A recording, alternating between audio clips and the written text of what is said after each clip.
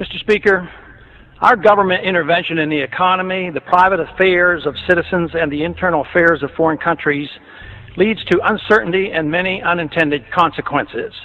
Here are some of the consequences about which we should be concerned. I predict U.S. taxpayers will pay to rebuild Palestine, both the West Bank and the Gaza, as well as Afghanistan. U.S. taxpayers paid to bomb these areas, so we will be expected to rebuild them. Peace of sorts will come to the Middle East, but will be short-lived. There will be big promises of more U.S. money and weapons flowing to Israel and to Arab countries allied with the United States. U.S. troops and others will be used to monitor the peace. In time, an oil boycott will be imposed, with oil prices soaring to historic highs. Current Israeli-United States policies will solidify Arab Muslim nations in their effort to avenge the humiliation of the Palestinians. This will include those Muslim nations that in the past have fought against each other. Some of our moderate Arab allies will be overthrown by Islamic fundamentalists. The UN will continue to condemn through resolutions Israeli-U.S. policies in the Middle East, and they will be ignored. Some European countries will clandestinely support the Muslim countries and their anti-Israel pursuits. China, ironically assisted by American aid, much more openly will sell the militant Muslims the weapons they want and will align herself with the Arab nations. The United States, with Tony Blair as head cheerleader, will attack Iraq without proper authority, and a major war, the largest since World War II, will result. Major moves will be made by China, India, Russia, and Pakistan in Central Asia to take advantage of the chaos for the purpose of grabbing land, resources, and strategic advantages sought after for years. The Karzai government will fail, and U.S. military presence will end in Afghanistan.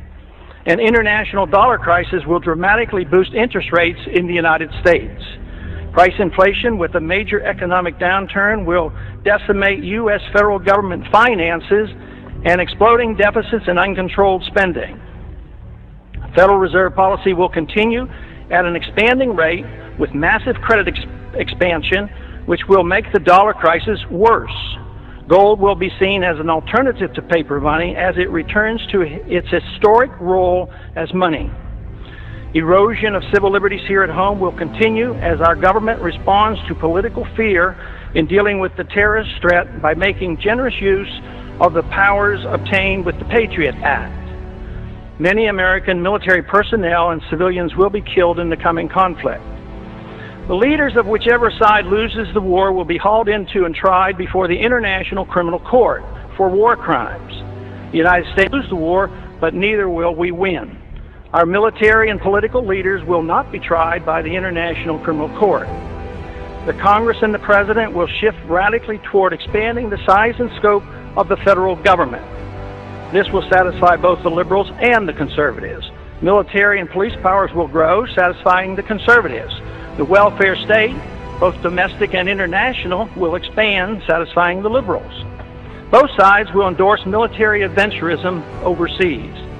This is the most important of my predictions. Policy changes could prevent all of the previous predictions from occurring. Unfortunately, that will not occur.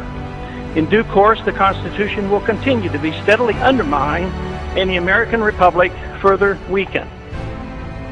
During the next decade, the American people will become poorer and less free, while they become more dependent on the government for economic security.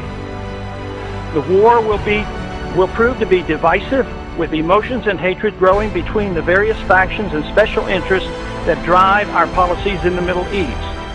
Agitation from more class warfare will succeed in dividing us domestically. And believe it or not, I expect lobbyists will thrive more than ever during the dangerous period of chaos. I have no timetable for these predictions, but just in case, keep them around and look at them in 5 to 10 years. Let's hope and pray that I'm wrong on all accounts. If so, I will be very pleased. Gentleman has expired.